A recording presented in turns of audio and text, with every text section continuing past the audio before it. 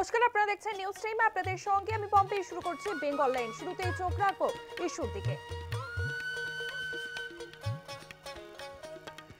বীরভূমে আজকে জেল খেটেও শিক্ষা হয়নি, পুলিশের কদর্য আক্রমণ অনুব্রত। পশ্চিম বর্ধমানের দিকে নজর রাখবো। দেশ বিরোধী পোস্ট, দুর্গাপুরে যুবককে ধরে বিক্ষোভ স্থানীয়দের। কোচবিহারে দিনহাটায় পুলিশের জালে মহিলা শিশু সহ 28 বাংলাদেশি। দক্ষিণ 24 পরগনায় বর্ষার আগেই ভাঙলো বাঁধ, ধুম উড়েছে পাথর প্রতিমা। কলকাতায় চাকরি হারাদের অর্ধনগ্ন মিছিল, উত্তাল হলো শিয়ালদহ থেকে সল্টলেক। নদিয়ার কালীগঞ্জ উপনির্বাচনে মনোনয়ন জমা তৃণমূল প্রার্থী আলিফা আহমেদের। এবার শুরু করব বীরভূমের দিকে নজর রাখতে হচ্ছে। ফের বিতর্কে অনুব্রত মণ্ডল, পুলিশ আধিকারিককে হুমকি দিয়েছেন তিনি। কদর্য ভাষায় হুমকি কেষ্টর, সোশ্যাল মিডিয়ায় ভাইরাল। দলের অস্বস্তি বাড়ালেন কেষ্ট। ভাইরাল অডিওয় কণ্ঠস্বর অনুব্রত মণ্ডলেরই, কার্যত মেনে নিল তৃণমূল কংগ্রেস। অনুব্রতকে ক্ষমা চাওয়ার নির্দেশ দলের 4 ঘন্টার মধ্যে ক্ষমা চাওয়ার নির্দেশ দিয়েছিল দল। দলের কড়া বার্তার পরই ক্ষমা চেয়েছেন চিঠির মাধ্যমে অনুব্রত মণ্ডল। সেই ভাইরাল অডিও শোনাবো আপনাদেরকে।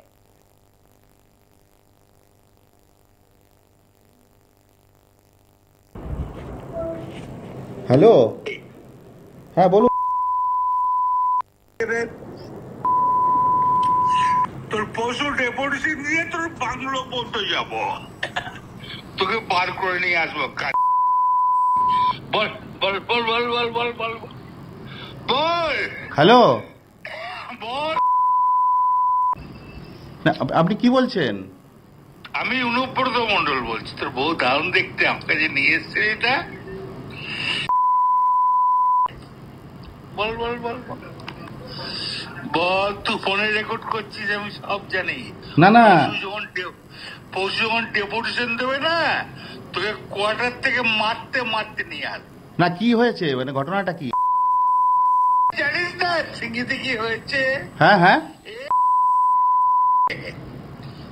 এই পশু তো কাল পশু ডেপুটেশনের ডেট কর, বার করে 13,000 বোলপুরের লোক হয়েছে না? 13,000? 12,000 লোক হয়েছিল বোলপুরে। প্রচুর লোক। কথা বলেছি তোর মাকে ইচ্ছা হচ্ছে রে বউকে। আপনি আপনি আপনি একজন দায়িত্বপ্রাপ্ত লোক, আপনি এভাবে কথা বলছেন? তোর ডেপুটেশন, পশু ডেপুটেশন ডেট কর। ওকে অফিস থেকে, ওই ঘর থেকে বার করার দায়িত্ব আমার। রাস্তা করে ধরতো, ধর এটা ফোনে ধর। ফোন করছিস? না না, আমাকে ফোন এসছে, ওরা বলে রেড করতে গেছে তো। রেড করতে গেছে রে তোর বউ। হয়ে গেছিল। রাস্তা করে ধর, রাস্তা কর। হ্যাঁ হ্যালো, রাজীব কুমার। আমার উপরে তো মন্ডল বলছি। সরাবে না নাকি? হ্যাঁ, পশু ডেপুটেশন দিয়েছি, মারবে কি? মারবো দেখুন আমি। আমার 10,000 লোক হয়েছে বোলপুরে।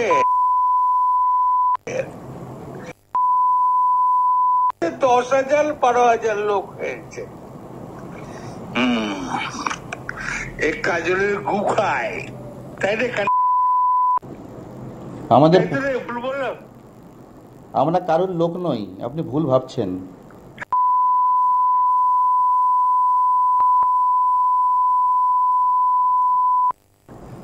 তোর পশু ডেপুটেশনে রেড কর, আমি যাবো থানাতে। ওর চুলের মুঠি ধরে করে আমি বার করে নিয়ে আসবো ওখান থেকে। বার কর, যা। তোর সুজিত মণ্ডলের সঙ্গে দেখুন প্রতিবেদন। মণ্ডল এখন যেন কাঠগড়ায়। দীর্ঘদিন ধরে বীরভূম জেলায় দাপুটে নেতা অনুব্রত মণ্ডল এভাবেই পুলিশকে ধমকে এবং সাধারণ মানুষকে ধমকে তিনি তার রাজত্ব চালিয়েছিলেন। পরবর্তীতে তিহার জেল এবং তিহার জেল থেকে ফিরে আসা, তারপরেও সেই একই আচরণ যেন রয়েছে পুলিশের ক্ষেত্রে।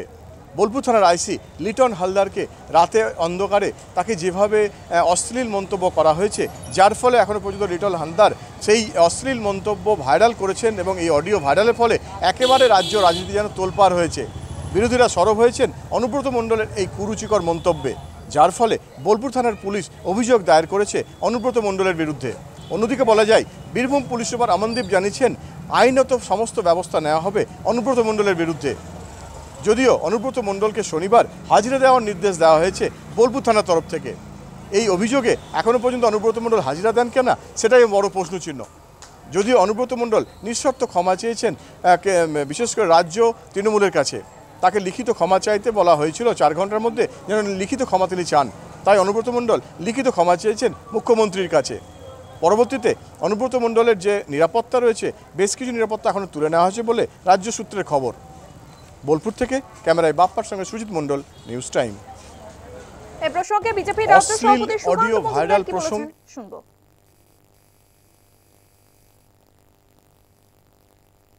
মাননীয় মুখ্যমন্ত্রী অনুব্রত মণ্ডলকে এমন জায়গায় পৌঁছে দিয়েছে, একের পর এক তার বক্তব্যকে ছোট করে দেখানো, হালকা করে দেখানো, মাথায় অক্সিজেন পৌঁছয় না, এই ধরনের কমেডি করা, এই যে সমস্ত কিছু মাননীয় মুখ্যমন্ত্রী করেছেন তার ফল আজকে আমরা দেখতে পাচ্ছি। এবং এটা প্রকৃতপক্ষে তৃণমূল কংগ্রেসের নেতাদের বাংলার মহিলাদের প্রতি দৃষ্টিভঙ্গি দেখাচ্ছে। এই প্রসঙ্গে কংগ্রেস নেতা অধীর চৌধুরী কি বলেছেন শোনাবো। দেখুন, তৃণমূলের নেতারা তারা পয়সা তুলবে, চুরি করবে, লুট করবে, সেখানে পুলিশ বা কেন পিছিয়ে থাকবে? কারণ পুলিশের ভরসা ছাড়া, পুলিশের সহযোগিতা ছাড়া তৃণমূলের লোকরা তার পয়সা কামাচ্ছে না। তাই তৃণমূল নেতারা যেমন কামাচ্ছে, পুলিশের একটা অংশ হচ্ছে, আমরাই বা কেন পিছিয়ে থাকবো? তাই তাদের মধ্যেও কেউ কেউ রোজগার করছে, তাদের মধ্যেও কেউ ধান্দা করছে। ধান্দার যে ফান্ডা, সেই ধান্দার ফান্ডা তো পেতেছে তৃণমূলের সরকার। একসময় অনুব্রত মণ্ডলকে বীরভূমের বাঘ বলেছিলেন মন্ত্রী ফিরহাদ হাকিম। আজ অনুব্রতর অডিও ভাইরাল হওয়ার পর তাকে চুনোপুটি নেতা বলছেন ফিরহাদ। শুনে নিন কি বলেছেন। তৃণমূল কংগ্রেস দল, তার নেত্রী মমতা বন্দ্যোপাধ্যায় কোনো উচ্ছৃঙ্খলতা সহ্য করেন না। কষান করে দিয়ে অন্যায় করেছে, তাকে কষান করে দেওয়া হবে। যখন বিজেপির নেতারা একজন মহিলা সিপাহীকে টেরোরিস্টের বোন বলে, তখন আপনাদের টিভি চুপ করে থাকে। আর যখন এই একটা উচকে পাচকা একটা কোনো জেলায় কেউ বললো, সেটাকে নিয়ে হাইলাইট হয়। পুলিশকে বোনমা বলবো বেশি না, একজন মহিলা আর্মি অফিসার যে আমাদের এখানে যে পাকিস্তান ওপর আমরা যে প্রতিশোধ নিয়েছি, আমাদের 26 জনের মৃত্যুর, যে অফিসার ফেস করছিল তার সম্মান বেশি কোনটা? বিরতির পর দেশ বিরোধী পোস্ট, দুর্গাপুরে যুবককে ধরে বিক্ষোভ স্থানীয়দের। এই খবর নিয়ে ফিরবে একটা সময়, এখন বিরতির পর এবার আমরা নজর রাখবো পশ্চিম বর্ধমানের দিকে। দেশ বিরোধী পোস্ট, দুর্গাপুরে যুবককে ধরে বিক্ষোভ স্থানীয়দের। দেশের প্রধানমন্ত্রীকে নিয়ে দেশ বিরোধী পোস্ট করেছেন এক যুবক, আর দুর্গাপুরে দেখা গেল সেই যুবককে ধরে ফেলে স্থানীয় বাসিন্দারা, তারপরে তাকে মারধর করা হয়। গোপালপুরে অভিযুক্তকে আটকে রেখেই বিক্ষোভ স্থানীয়দের। উত্তেজিত জনতার হাত থেকে অভিযুক্তকে উদ্ধার করলো কাকসা থানার পুলিশ। দেশের প্রধানমন্ত্রীকে নিয়ে পাকিস্তানের হয়ে সমাজ মাধ্যমে দেশ বিরোধী পোস্ট শেয়ার। দুর্গাপুরে গোপালপুরে অভিযুক্তকে আটকে রেখে বিক্ষোভ স্থানীয়দের। উত্তেজিত জনতার হাত থেকে অভিযুক্তকে উদ্ধার করলো কাকসা থানার পুলিশ। মেল মারফত থানায় লিখিত অভিযোগ, শাস্তির দাবিতে সরব বিজেপি ও তৃণমূল। দেখুন আমাদের প্রতিনিধি বিশ্বজিৎ ঘোষের প্রতিবেদন। অথচ পাকিস্তানের সপক্ষে সমাজ মাধ্যমে পোস্ট, এবং সেই পোস্ট করায় এক ব্যক্তিকে ঘিরে ধরে বিক্ষোভ দেখালো উত্তেজিত জনতা। উত্তেজিত জনতার হাত থেকে তাকে উদ্ধার করে আটক করলো পুলিশ। পশ্চিম বর্ধমানের কাঁকসা থানা এলাকার গোপালপুরের ঘটনা। বক্কর শেখ নামে ওই ব্যক্তি পেশায় রাজমিস্ত্রি। গত কয়েকদিন ধরে তিনি সমাজ মাধ্যমে বেশ কিছু পোস্ট শেয়ার করছিলেন।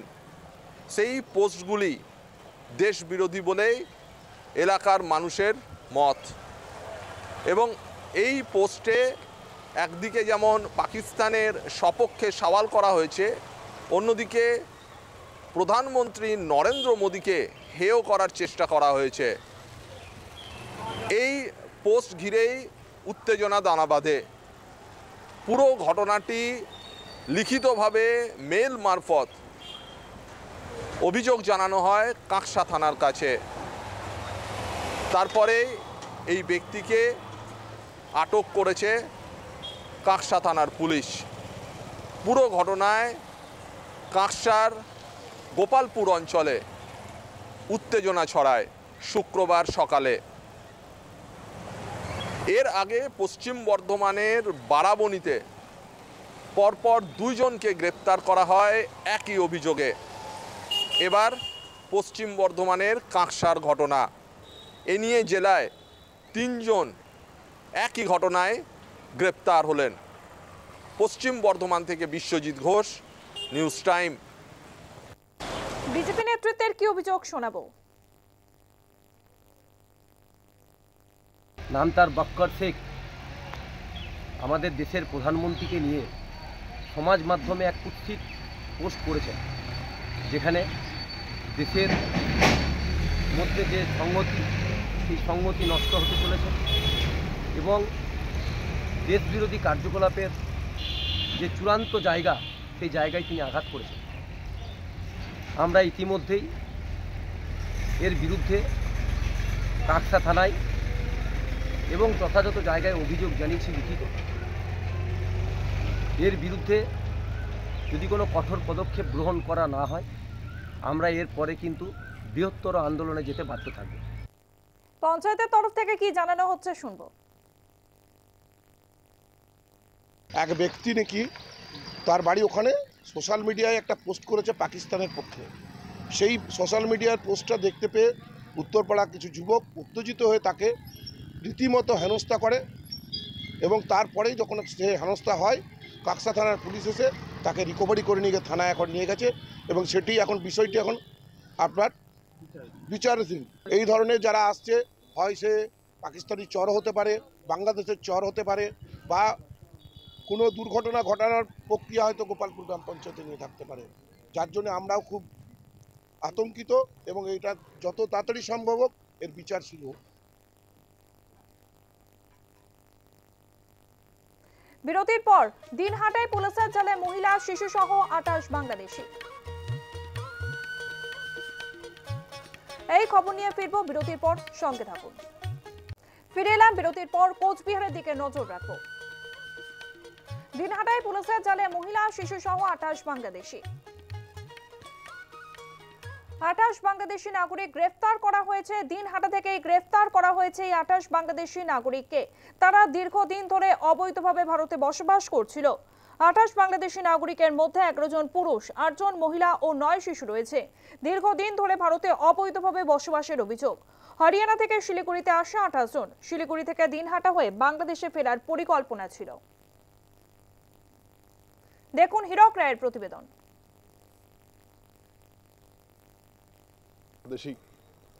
দিনহাটা স্টেশন থেকে 28 জন বাংলাদেশিকে গ্রেপ্তার করেছে দিনহাটা থানার পুলিশ। বৃহস্পতিবার সন্ধ্যায় দিনহাটা থানার পুলিশ দিনহাটা রেলওয়ে স্টেশন থেকে 28 জনকে গ্রেপ্তার করে। তাদের মধ্যে 9 জন পুরুষ, 8 জন মহিলা এবং 9 জন শিশু রয়েছে। স্বাভাবিকভাবে এই ঘটনাকে কেন্দ্র করে চাঞ্চল্য ছড়িয়েছে। যেটা জানা যাচ্ছে, হরিয়ানা থেকে শিলিগুড়ি এবং শিলিগুড়ির থেকে দিনহাটা হয়ে বাংলাদেশে অনুপ্রবেশের চেষ্টা করছিল এই বাংলাদেশিরা। এবং চাঞ্চল্যকর যে তথ্য উঠে আসছে যে 17 থেকে 18 বছর ধরে এই বাংলাদেশিরা ভারতে রয়েছে।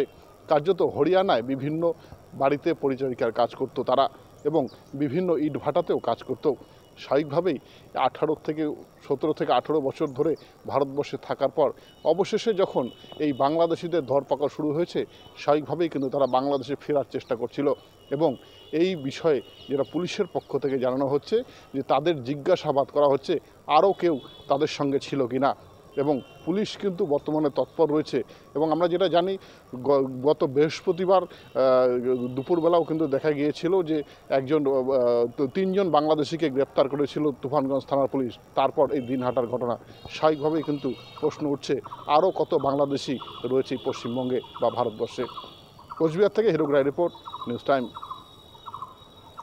পুলিশের তরফ থেকে কি বলা হচ্ছে শুনবো। স্পেসিফিক ইনফরমেশন ছিল, আমাদের যে নাইট পেট্রোল থাকে ওরা অ্যালার্ট ছিল।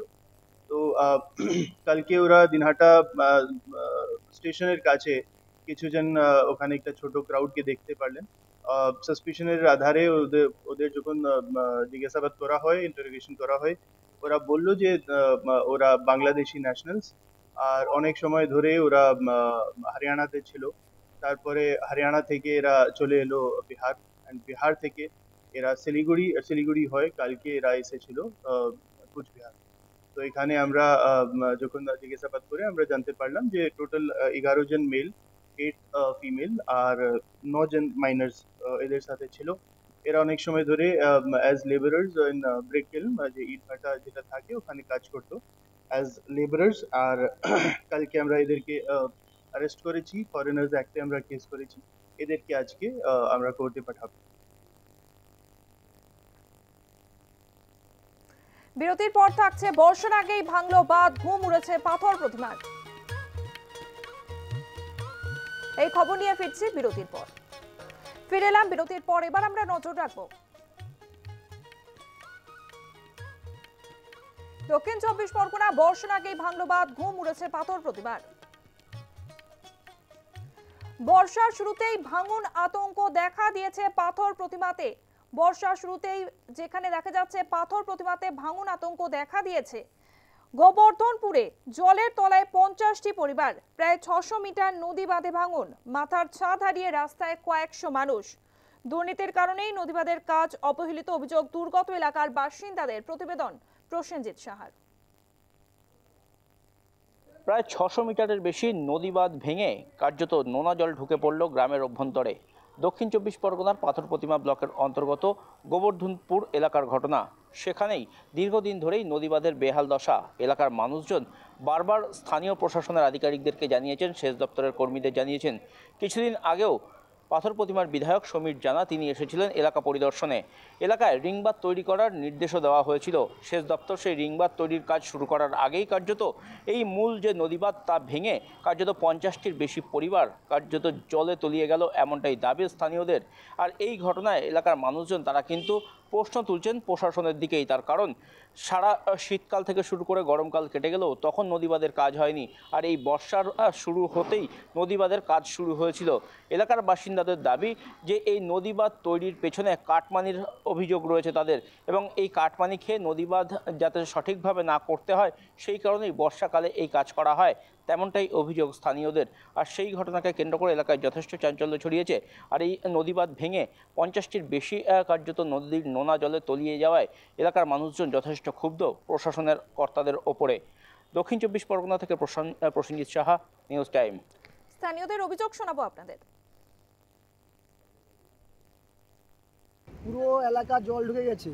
এই মুহূর্তে প্রায় 600 মিটার নদীবাঁধ একেবারে ভেঙে গেছে। ভেঙে জল ঢুকছে, 50 থেকে 60টা পরিবার একেবারে নিঃস্ব।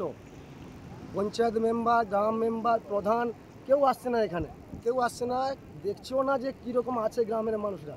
শুধু প্রতিশ্রুতি। টাকা সরকার অ্যালটমেন্ট করেছে, টাকা অ্যালটমেন্ট করেছে, কিন্তু কাজই করছে না এখানে। এবং পুনর্বাসন দেওয়ার কথা ছিল 28টা পরিবারকে। 28টা পরিবার, আমাদের যথারীতি এখানে জমি রয়েছে, পুনর্বাসন জমি, ভেস্টল্যান্ড জমি রয়েছে, কিন্তু এদের ব্যবস্থা করছে না। এই মুহূর্তে যারা এই 50টা পরিবার জলের তলায় আছে, 50 থেকে 60টা পরিবার, এই মুহূর্তে না সরালে আগামী দিনে খুব বিপজ্জনক জায়গায় ছেলে মেয়ে নিয়ে রাস্তায় সব নেমে এসছে। এখানে ডুবে আছি, তোমরা একটু দেখো। আর এই নদীবাঁধ এই হচ্ছে বর্ষাকাল এলে এই নদীবাঁধটা তৈরি হয়, নাহলে তার আগে হয় না। শীতকাল গেল, বর্ষাকাল এলো, তারপরে হলো। তারপরে এই বাঁধ, এই টুকু বাঁধ দিতে প্রত্যেক জোয়ারে চলে যাচ্ছে। নরম মাটি বাঁধে দিয়ে বাঁধ একবার খালি হয়েছে। তারা কি ওরা কাজ করতে পায় না? ওরা কি চুরি করার জন্য কি এরকম করে নাকি? তার আগে কি কোনো কাজ করতে জানে না? তা এই যে অতটুকু রিংমান কতদিন আগে হওয়ার কথা, আজকে যে রিংমান করছে, আর রিংমান মাটি নরম মাটি দিচ্ছে আর জিও চলে যাচ্ছে, যত জিও দিচ্ছে দিচ্ছে সব চলে গেছে। বিরতির পর থাকছে চাকরি হারাদের অর্ধনগ্ন মিছিল উত্তাল হলো শিয়ালদা থেকে সল্টলেক। এই খবর নিয়ে ফিরবো বিরতির পর। ফিরে এলাম বিরতির পর। এবার যে খবরের দিকে নজর রাখবো, কলকাতায় চাকরি হারাদের অর্ধনগ্ন মিছিল উত্তাল হলো শিয়ালদা থেকে সল্টলেক। শিয়ালদা স্টেশনে আজকে ধুমধুমার পরিস্থিতি তৈরি হয়। চাকরি হারাদের আজ অর্ধনগ্ন মিছিল ছিল। শিয়ালদহ থেকে নবান্ন পর্যন্ত যাওয়ার কথা ছিল, যদিও তার আগেই আটকে দেয় পুলিশ। একদিকে শিয়ালদায় ধুমধুমার পরিস্থিতি তৈরি হয়, তারপরে আমরা দেখতে পাই ধর্মতলায় সল্টলেক এবং আরো কয়েকটি জায়গায় হাওড়াতেও দেখা যায়, সেখানেও আটক করা হয়।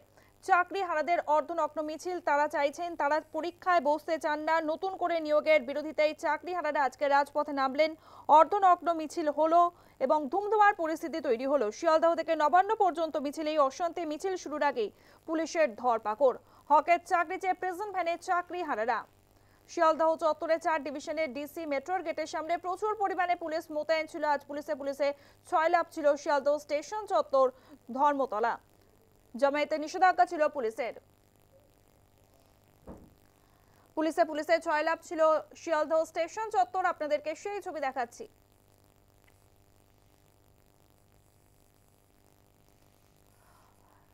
যেখানে দেখা যাচ্ছে পুলিশে ছয়লাভ এবং চাকরি হারাদেরকে যেভাবে ধরপাকড় করা হয়েছে, তা নিয়ে বিরোধী দলনেতা শুভেন্দু অধিকারী কি বলেছেন শোনাবো।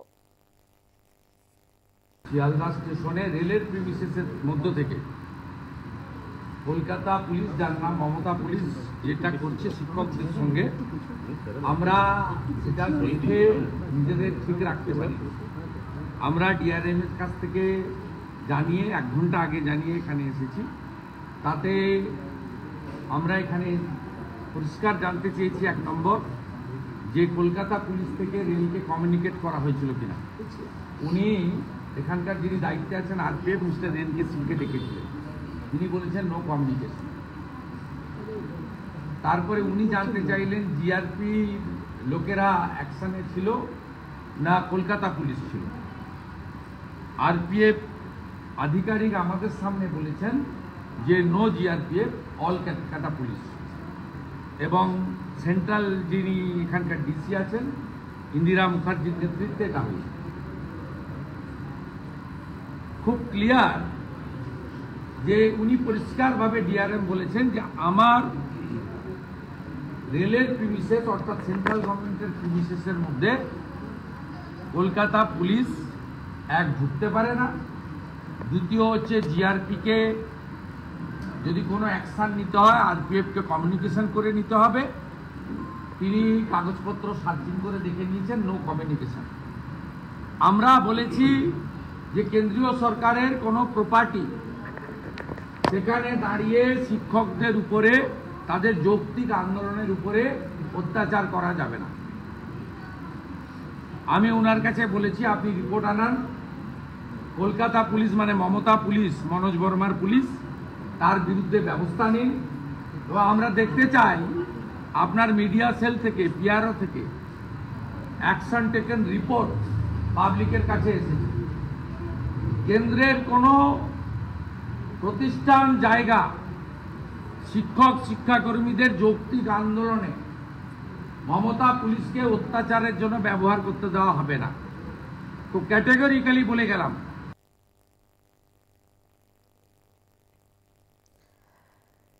শিয়ালদহ স্টেশনে আজকে ধুমধুমার পরিস্থিতি তৈরি হয়। চাকরি হারাদের অর্ধনগ্ন মিছিল নবান্ন পর্যন্ত মিছিল কর্মসূচি ছিল।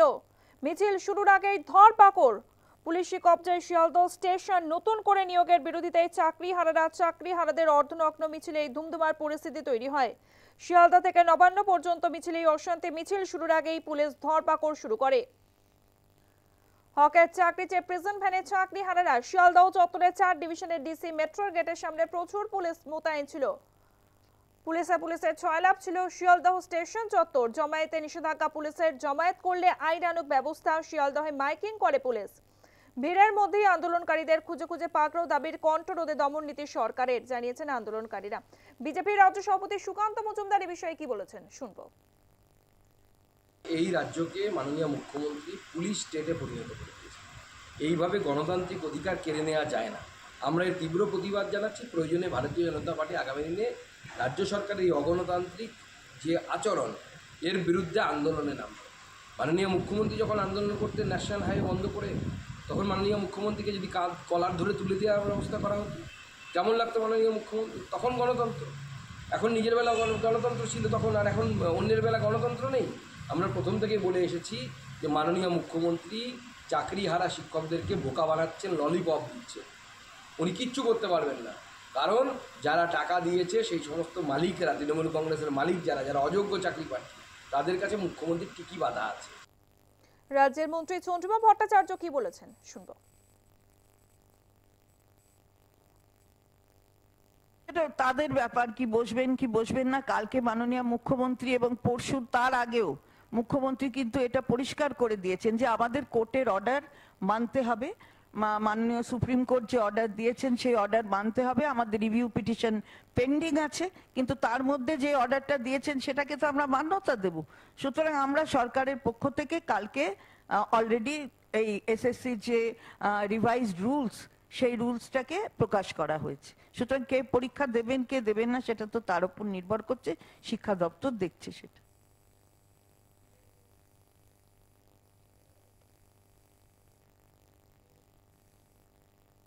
শিয়ালদহের পর ধর্মতলা, পুলিশে মোড়া ধর্মতলা চত্বর। ভিড়ের মধ্যেই আন্দোলনকারীদের পুলিশ খোঁজে।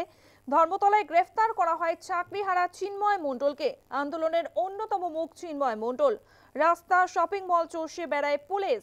দেখা যায় শপিং মল থেকেও কয়েকজন চাকরিহারাকে আটক করে পুলিশ।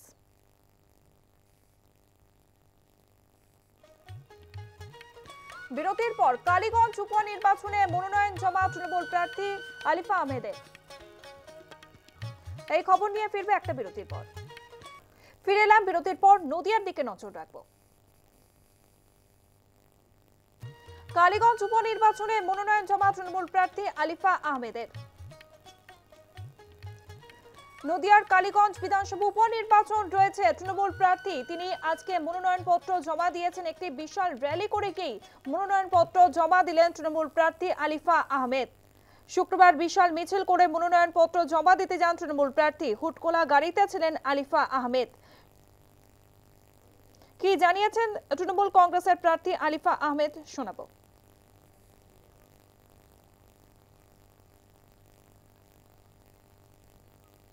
কৃতজ্ঞতা জানাই আজকের দিনে এই নমিনেশন দেওয়ার যে সুযোগ তিনি তৈরি করে দিয়েছেন তার জন্য। সেই সঙ্গে সঙ্গে আমি আমার কর্মীদের কৃতজ্ঞতা জানাই। তাদের এই আবেগ আপনারা দেখতেই পাচ্ছেন।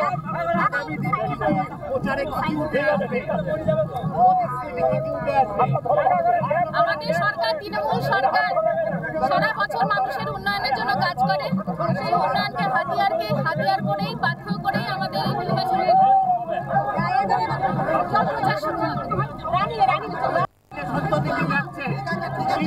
আগামী 19 জুন কালীগঞ্জ বিধানসভার উপনির্বাচন রয়েছে। 23 জুন ভোটের ফলাফল ঘোষণা। বাবা নাসিরউদ্দিন আহমেদের মৃত্যুর পরে মেয়ে আলিফাকে নদিয়ার কালীগঞ্জ বিধানসভা থেকে প্রার্থী করেছে তৃণমূল কংগ্রেস। 2011 সালে নাসিরউদ্দিন যখন ভোটে লড়েন তখন থেকেই বুথ ধরে ধরে নির্বাচন পরিচালনা করতেন মেয়ে আলিফা। 2018 সালে নদিয়া জেলা পরিষদে তৃণমূল প্রার্থী হিসেবে প্রতিদ্বন্দ্বিতা করে জয়ী হন তিনি। তাই রাজনীতিতে আনকোড়া নন আলিফা। রাজনৈতিক অভিজ্ঞতা সঞ্চয় করলেও কখনো সামনে আসেননি, বরং সঙ্গে থেকেছেন। প্রচারে বাবাকে সাহায্যও করেছেন। পেশায় ইঞ্জিনিয়ার আলিফা আহমেদ বেসরকারি সংস্থায় কাজ করতেন। কাজ করলেও কালীগঞ্জের প্রত্যেকটি গ্রাম পঞ্চায়েত এলাকা আলিফার নখো দর্পণে।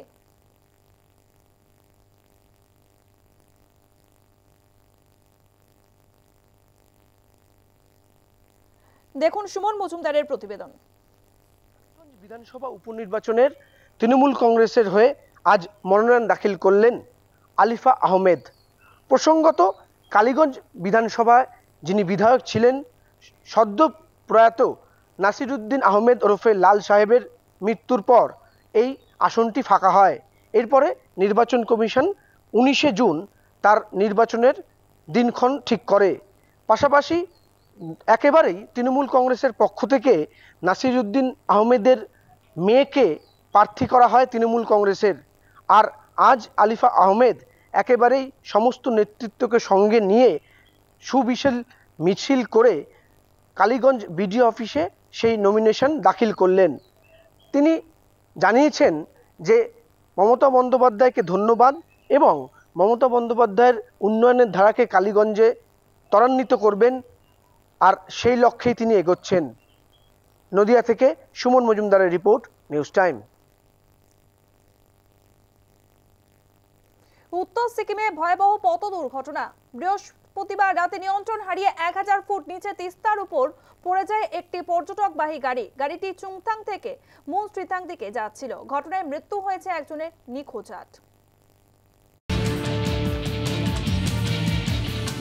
উত্তর সিকিমে ভয়াবহ সড়ক দুর্ঘটনা। নিয়ন্ত্রণ হারিয়ে 1000 ফুট নিচে তিস্তার উপর পড়ে যায় একটি পর্যটকবাহী গাড়ি। ঘটনায় মৃত্যু হয়েছে একজনের, নিখোঁজ 8। জানা গিয়েছে চালক সহ গাড়িতে ছিলেন 11 জন পর্যটক। বৃহস্পতিবার রাতে গাড়িটি উত্তর সিকিমের চুংথাং থেকে মুন্সিথাংয়ের দিকে যাচ্ছিল। তবে প্রতিকূল আবহাওয়ার কারণে নিয়ন্ত্রণ হারিয়ে গাড়িটি রাস্তা থেকে ছিটকে নিচে পড়ে যায়। পশ্চিমবঙ্গ, ত্রিপুরা ও ওড়িশার পর্যটকদের 3টি দল গাড়িটি ভাড়া করেছিলেন। রাতে শুরু হয় উদ্ধার কাজ। খারাপ আবহাওয়ার জন্য বারবার উদ্ধার কাজে ব্যাহত হয় ভারতীয় সেনা, সিকিম পুলিশ ও আইটিবির যৌথ বাহিনী। খারাপ আবহাওয়ার জন্য বারবার উদ্ধার কাজে ব্যাহত হয় ভারতীয় সেনা, সিকিম পুলিশ ও আইটিবিপির যৌথ বাহিনী। শেষ খবর অনুযায়ী এখনো পর্যন্ত 2 জনকে উদ্ধার করা হয়েছে। আশঙ্কাজনক অবস্থায় তাদের গ্যাংটকের একটি হাসপাতালে ভর্তি করা হয়েছে। নিখোঁজ পর্যটকদের খুঁজতে তল্লাশি চালাচ্ছে যৌথ বাহিনী। উত্তরবঙ্গে প্রবেশ করেছে বর্ষা। আগামী কয়েকদিনে অতি ভারী বৃষ্টির সতর্কতা জারি করেছে হাওয়া অফিস। ব্যতিক্রম নয় সিকিমও। এই পরিস্থিতিতে পর্যটকদের আগমনেও নিয়ন্ত্রণ জারি করেছিল প্রশাসন। তার মধ্যেই উত্তর সিকিমে ভয়াবহ পথ দুর্ঘটনা। News time. বেঙ্গল লাইন এখনকার মতো এই পর্যন্তই। রাত 8টায় নেশন টাইম দেখুন আমার সঙ্গে।